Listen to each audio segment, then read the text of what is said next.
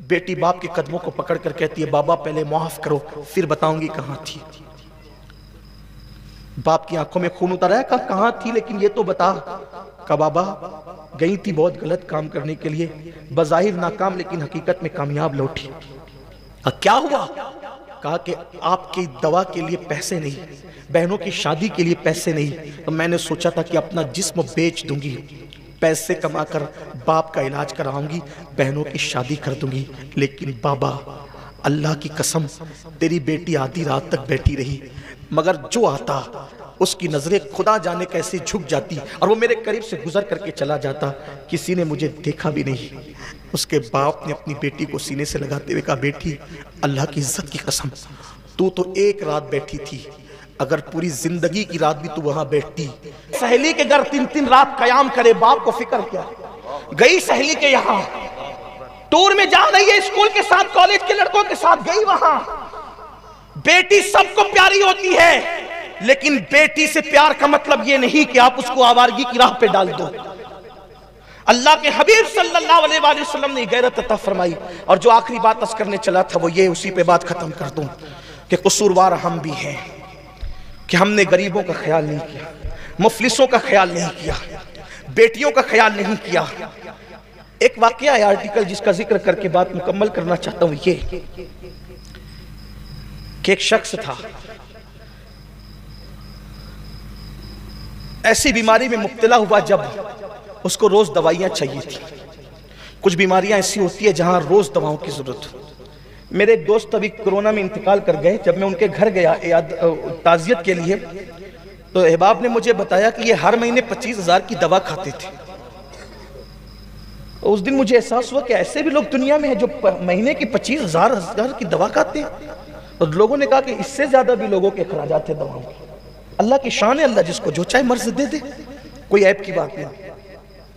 मर्ज जरूरी नहीं है कि गुनाह की वजह से आता है, कभी मर्ज अल्लाह अपना बनाने के लिए भी देते हैं। इसलिए किसी मरीज का कभी मजाक नहीं उड़ाना, किसी मुसीबत ज़दा का कभी मजाक नहीं उड़ाना। लेकिन इतना जरूर कहता हूं, अगर अल्लाह ने दिया है ना तो अपना हाथ सदा ऊंचा रखो। ऊंचा हाथ रखने वालों को खुदा कभी गरीब नहीं होने देता, गरीबों को नवाजने वालों को खुदा कभी गरीब नहीं होने देता। गरीब नवाज के गुलामों, अपनी फिक्र बनाओ, कभी हांडी में इतना खाना नहीं बनाएंगे कि घट जाए। हमारी हांडी में खाना हमेशा इतना बनेगा कि पास पड़ोस वालों को भी पहुंचे।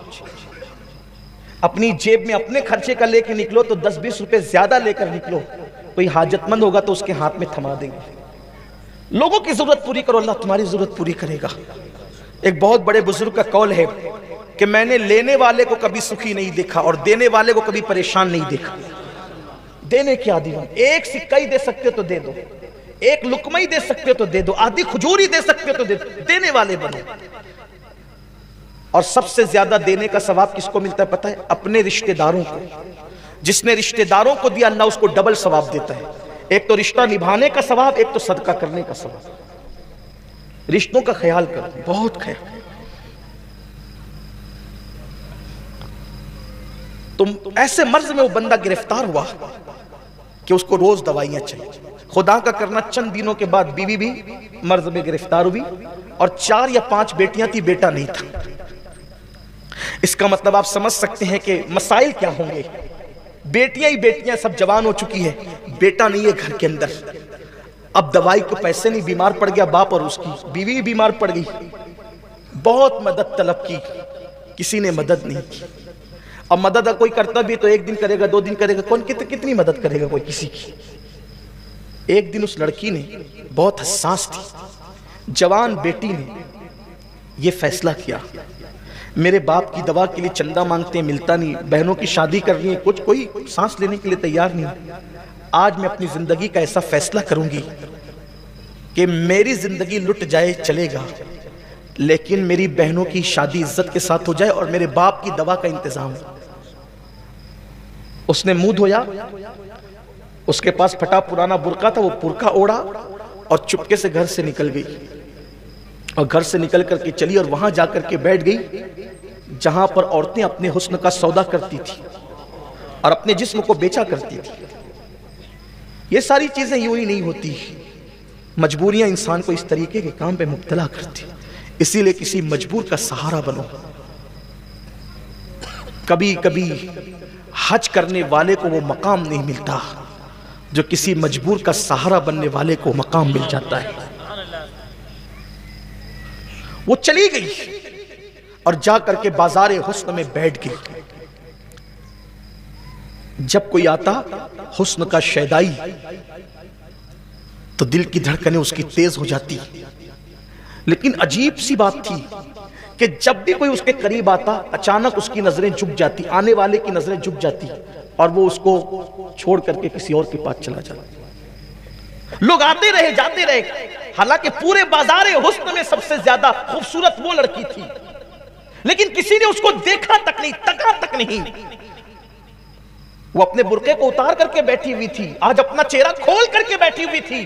कोई उसको देख भी नहीं रहा था, कोई इसको तक भी नहीं रहा था, लोग आगे ही चले जाते थे। बिल आखिर ये हुआ कि रात आधी गुजरते गुजरते पूरा बाजार हुस्न सिमट गया और हर आने वाला किसी ना किसी को लेकर के चला गया। ये अकेली थी, बहुत रोई। आई तो थी जिस्म बेचने के लिए कि बहनों की शादी करा दूंगी और बाप के लिए दवा का अच्छा इंतजाम कर दूंगी, लेकिन इसमें भी मैं कामयाब ना हो सकी। बहुत रोई, हालात की सताई थी, किस्मत की मारी नहीं थी, हालात की सताई थी, इसलिए कि किस्मत उसकी बहुत अच्छी थी। मैं यहां भी कामयाब नहीं हुई। रोते हुए फिर उसने बुर्का ओढ़ा, घर को चली। घर में तो कयामत बपा थी, आधी रात हो चुकी थी, पहली मर्तबा बड़ी बेटी घर से गायब थी। बाप रो रहा था, कहां गई? मां रो रही थी, कहां गई? बहनें रो रही थी, कहां गई?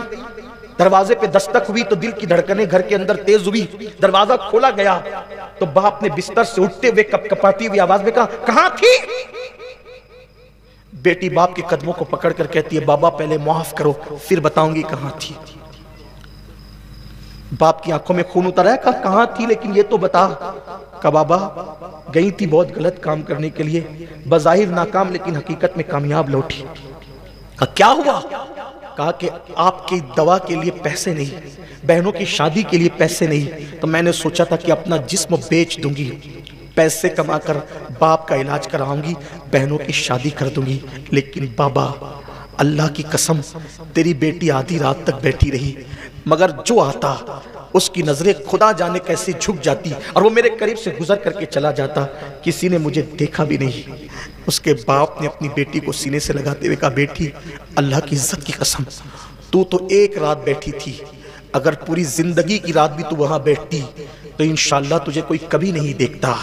उसकी वजह यह है कि मुझे अपने नबी के फरमान पे यकीन है कि मेरे नबी ने फरमाया, कमा तदीन तुदान, तुम जैसा करोगे तुम्हारे साथ वैसा ही किया जाएगा। तेरे बाप ने कभी किसी औरत को पाप की नजर से नहीं देखा, जब तेरे बाप ने किसी को पाप की नजर से नहीं देखा तो मेरी बेटियों कोई पाप की नजर से कैसे देख सकता है? मेरी बेटी तुझे कोई कुछ नहीं कर सकता था, मुझे यकीन है। लेकिन यहाँ ये बात मैं कहना चाहता हूँ, इस तरह की कितनी बेटियां होगी है ना जो अपनी आबरू को बेच रही होगी, कितनी बेटियां होगी। और क़यामत के दिन जब हम जैसे लोगों से पूछा जाएगा कि तुम लोग, जो बेटी बालिग होने से पहले सीरियलों में भागने और भगाने के मनाजिर देखेगी, कौम की जो बेटी जवानी की दहलीज पर कदम रखकर फिल्मों में ज़िना के मनाजिर देखेगी, फिर वो गंदगी नहीं करेगी तो क्या करेगी, वो जराइम नहीं करेगी तो क्या करेगी? ऐ खातूने जन्नत की कनीजों, जब जब अल्लाह के दीन को तुम पीठ के पीछे डालोगे तुम्हें रोने को मजदूर नहीं मिले। और आप जानती है ये सीरियल और गंदी फिल्मों का नतीजा है कि बच्चियां किसी और का हाथ पकड़कर चली जाती हैं, माशरा उसको धुतकार देता है, फिर वो एक दो बच्चों का बाप बन करके उस लड़की को धोखा दे देता है। फिर जब वो लौट कर आती है तो ना माँ बाप कबूल करते, ना भाई कबूल करते, ना खानदान कबूल करता है, और वो जालिम तो धोखा दे ही चुका है। इल्म की बात चल रही है, रसूलुल्लाह की नवासी, जिस तरह से इमाम हसन के कान में, इमाम हुसैन के कान, कुरान अगर किसी ने किया है तो वो सैयदा ज़ैनब पाक की जात है। सिर्फ 7 साल की उम्र में सैयदा ज़ैनब ने हाफिज़ कुरान किया था। आप कुरान की हाफिज हाफिजा थी। अल्लाह अकबर, आपको हैरत नहीं होनी चाहिए। अल्लाह अल्लाह, सैयदा ज़ैनब ने सिर्फ 7 साल की उम्र में कुरान का हिफ्ज किया है और कुरान की अक्सर सूरतें आपने अपनी अम्मी सैयदा फातिमा के जरिए से हिफ्ज किया है। अल्लाह अकबर। और कुरान का सबसे पहले दर्स देने का काम कूफा की सरजमीन पर सैयदा ज़ैनब ने किया है। ये रसूलुल्लाह का खानदान है। उम्मुल मोमिनीन सैयदा आयशा सिद्दीका वो खातून है कि अल्लाह अकबर, औरतों में सबसे ज्यादा अगर कोई हदीस रिवायत कर रहा है तो वो सैयदा आयशा सिद्दीका की जात है। और आप मुफ्ती 4 मिल्लत है। असहाब में जब किसी मसले पर इख्तिलाफ हो जाता तो लोग कहते चलो उम्मुल मोमिनीन की बारगाह में उनसे पूछेंगे। हैरत की बात है, मर्दों का इल्म इख्तिलाफ अगर किसी का कौल कौले फैसल की हैसियत से खत्म करता है तो उसे उम्मुल मोमिनीन सैयदा आयशा सिद्दीका के नाम से जाना जाता है। ये इल्म है, ये औरतों के पास इल्म है। इसी तरीके से अल्लाह अकबर, इमाम जाफर सादिक की बहू है। इमाम जाफर सादिक की बहू है, यानी इमाम हुसैन के खानदान की बहू और इमाम हसन के खानदान की बेटी। उनको दुनिया नफीसतुल इल्म कहती है और उनको नफीसा मिस्री भी कहा गया है। ये अपने शौहर के साथ मदीने मुनव्वरा से हिजरत करके मिस्र आ गई थी। और जब मिस्र आई है और इमाम जाफर सादिक के इल्म की खैरात जब बांटने के लिए बैठी है तो मेरी बहनों आपको हैरत होगी, हजरत नफीसतुल इल्म जिसे नफीसा मिस्री कहते हैं, जब पर्दे में बैठकर लोगों को कुरान और हदीस का इल्म देती तो पर्दे के पीछे बैठकर इल्म हासिल करने के लिए मुज्तहिद मुतलक हजरत सैयदना इमाम शाफई जैसे लोग आया करते थे और उनसे इल्म हासिल किया करते थे। यानी हमारे यहाँ इस्लाम में औरतें ऐसी थी कि इतने बड़े बड़े मर्द जो है औरतों के पास आकर के इस्लाम हासिल करते थे, इल्म दीन हासिल करते थे, इस्लाम का इल्म हासिल करते थे। पर्दे के पीछे से गोया के नफीसतुल इल्म ने, नफीसा मिस्री ने उम्मुल मोमिनीन सैयदा आयशा सिद्दीका की याद को ताजा कर दिया था। मेरी बहनों, आज वो कहां गया मामला? आज तो औरतों का मतलब ज़ेवरात से मोहब्बत, औरतों का मतलब नए कपड़ों से मोहब्बत, औरतों का मतलब शादियों में शिरकत से मोहब्बत, औरतों का मतलब बाजार में घूमने से मोहब्बत, औरतों का मतलब जो वो फिल्मों से मोहब्बत। औरतों को दीन से ताल्लुक क्या रह गया? बड़ी माजरत के साथ बुरा मत मानना, मैं औरतों को कोसने नहीं बैठा, लेकिन अपनी बहनों से बहुत दर्द दिल के साथ पूछना चाहता हूं, ऐ खातूने जन्नत की कनीजों, क्या मर्दों ने ही सिर्फ जन्नत में जाना है, औरतों ने जन्नत में नहीं जाना? मुझे बताओ, क्या कर रही हो अपने दीन के लिए, क्या कर रही हो अपने इस्लाम के लिए? तुम्हारी महरूमी की हद है मेरी बहनों कि तुम्हारे कदमों के नीचे जन्नत है। अल्लाह के रसूल फरमाते अल जन्नत तहता अक़दामिल उम्महात, जन्नत तुम्हारी माओ के कदमों के नीचे है। लेकिन साथ ही हुजूर ने यह भी फरमाया कि मैंने जहन्नम में सबसे ज्यादा अगर किसी को देखा है तो औरतों को देखा है। मुझे बताओ, आज नमाज से कोसों दूरी, मजहब से कोसों दूरी, इसलिए जामिअतुल मुस्तफा का क़याम इसलिए अमल में आया है ताकि भूले हुए सबक को याद दिलाया जा सके, भूले हुए सबक को याद दिलाया जा सके, बच्चियों को इल्म का जेवर दिया जा सके, बच्चियां इल्म हासिल करें, पुराना दौर दोहराएं, पुरानी तारीख याद दिलाएं। लोग कहते हैं तारीख अपने आप को दोहराती है।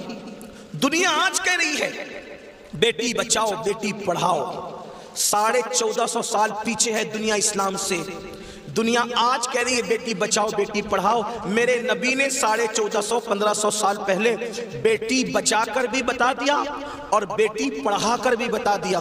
अल्लाह के रसूल ने बेटी बचाया तो ऐसे बचाया कि बेटियां उनके आने से पहले जिंदा दफन होती थी, मगर उनके आने के बाद बेटियों को दफन नहीं किया गया, बल्कि बेटियों को माथे का झूमर बनाया गया।